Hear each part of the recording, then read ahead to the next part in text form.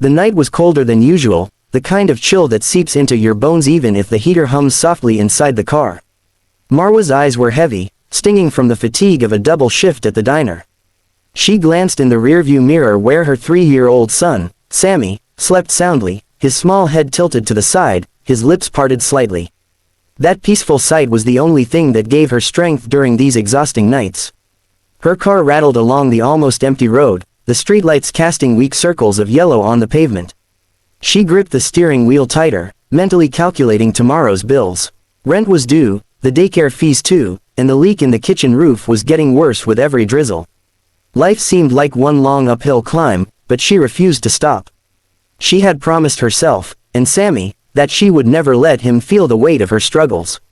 Just as she turned a corner near the outskirts of town, the distant roar of an engine caught her attention. She squinted at the road ahead, her pulse quickening. A sleek black car, far too expensive to belong in this part of the city, was weaving clumsily between lanes. The tires screeched as it veered dangerously close to the sidewalk before correcting itself at the last second.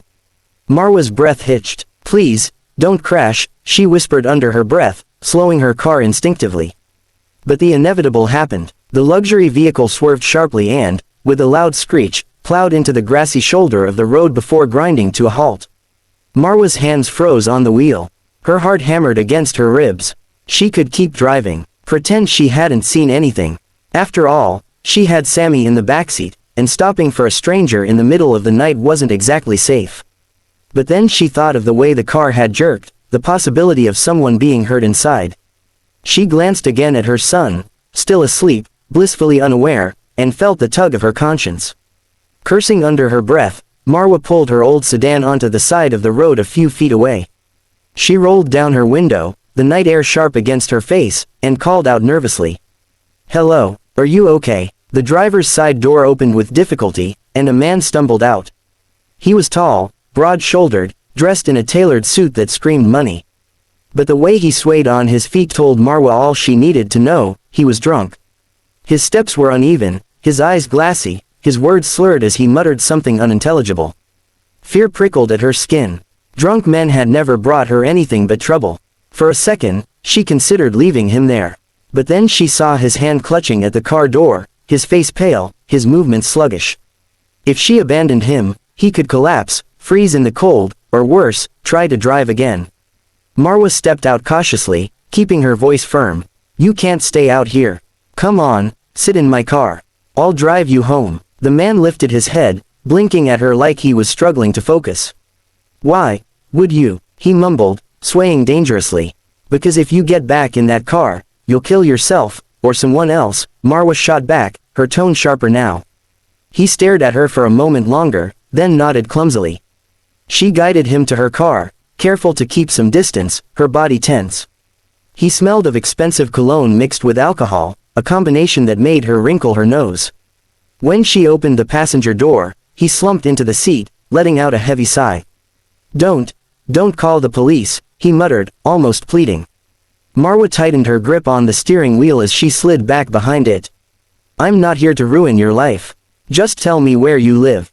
There was a pause. Then, with effort, he gave her an address, an upscale neighborhood far from her own crumbling apartment complex. She glanced at Sammy again, still asleep, and whispered a prayer for protection before pulling back onto the road. As she drove through the quiet streets, she couldn't stop her thoughts from racing. Who was this man? What kind of life did he live that he could afford to lose control so recklessly? And why did fate throw him onto her path tonight, when all she wanted was to get home and rest? The man leaned his head against the window, his eyes half shut, his voice low and broken. You didn't have to stop." Marwa swallowed hard, her own exhaustion pressing heavier on her chest. "Maybe not," she whispered, almost to herself. "But sometimes, doing the right thing doesn't give you a choice."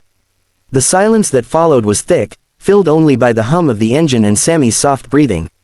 And though she didn't know it yet, this unplanned detour in the middle of a cold night was about to change everything in her life.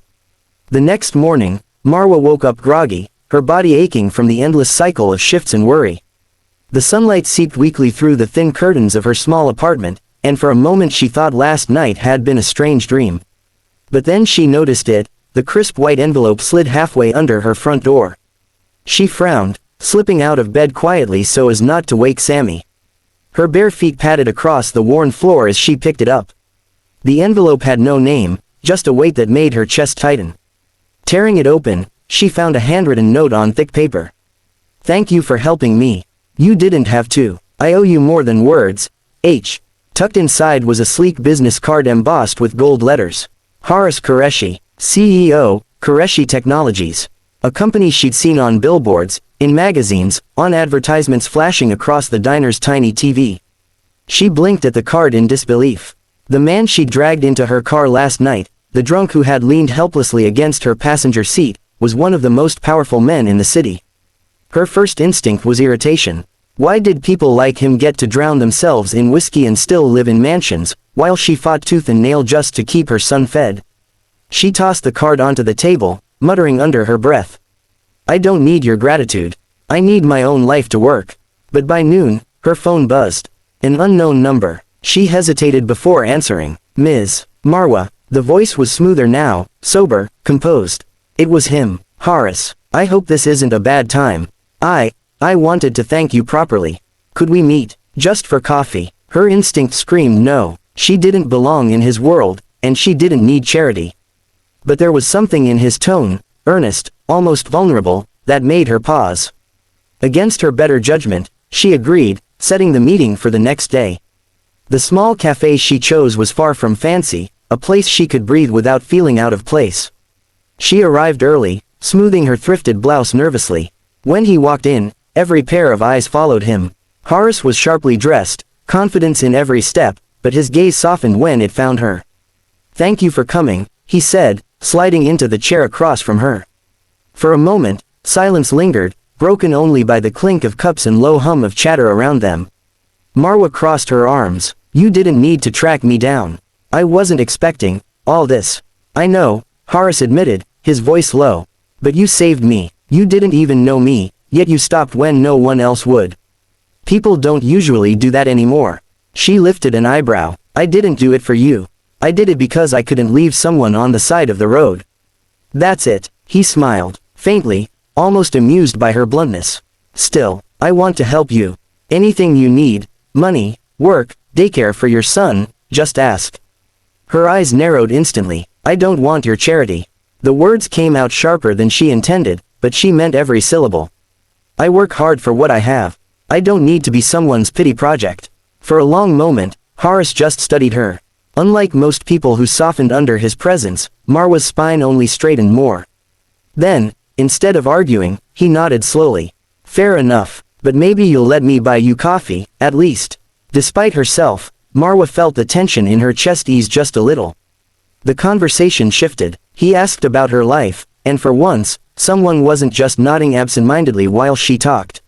He listened, really listened. She found herself telling him about the long hours at the diner, about fixing leaky pipes with duct tape, about Sammy's obsession with toy cars.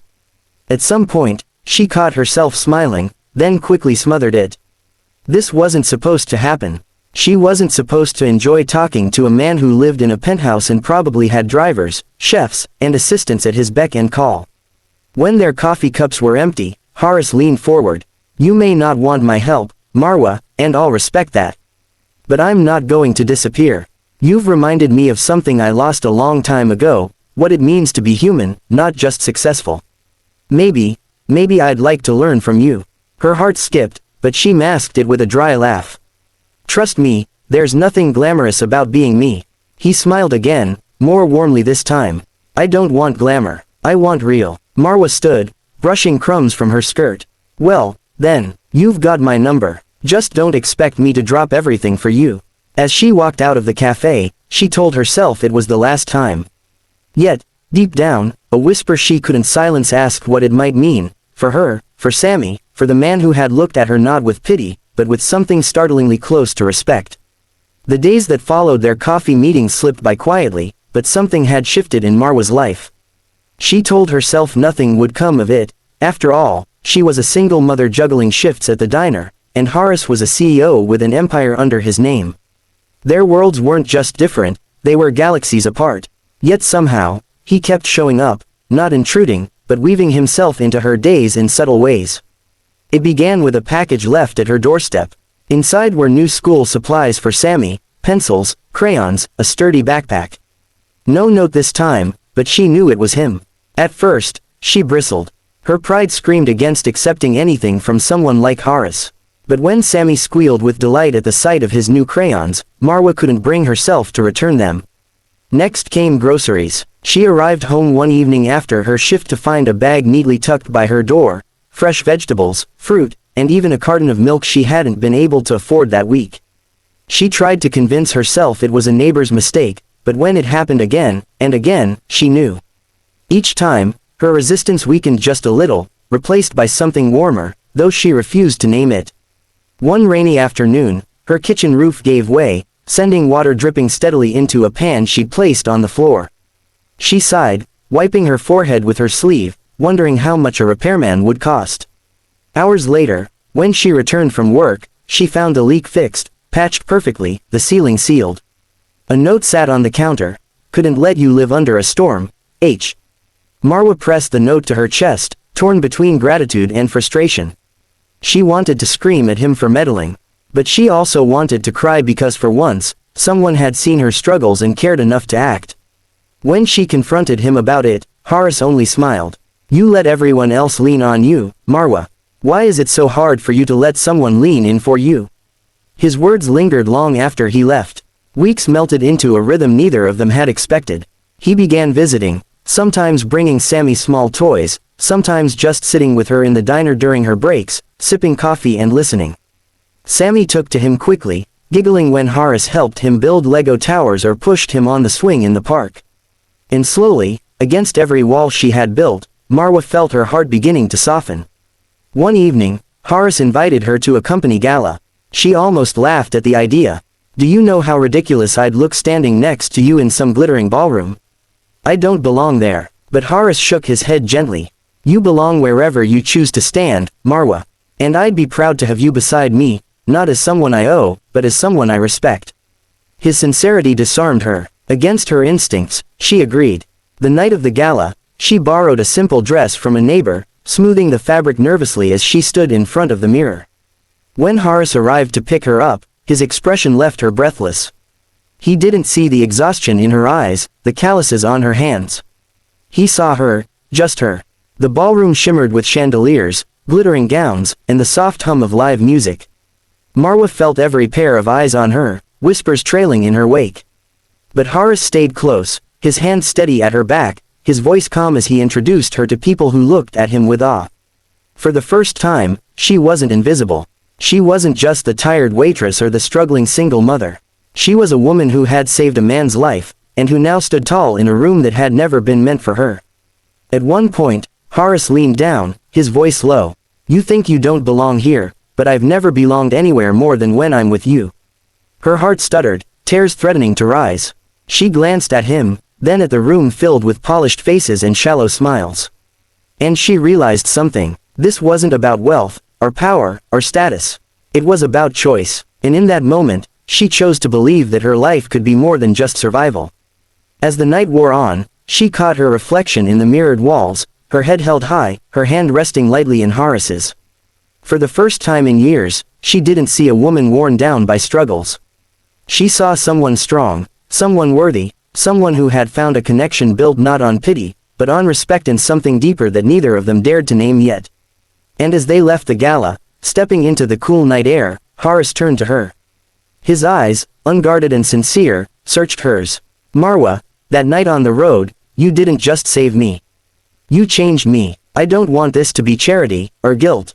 I want this to be, us. She swallowed, her pulse racing. The fear of hope was sharp in her chest. But as Sammy's laughter echoed in her memory, and as Horace's hand brushed gently against hers, Marwa allowed herself the smallest smile. Maybe, just maybe, their lives had found a road worth walking together.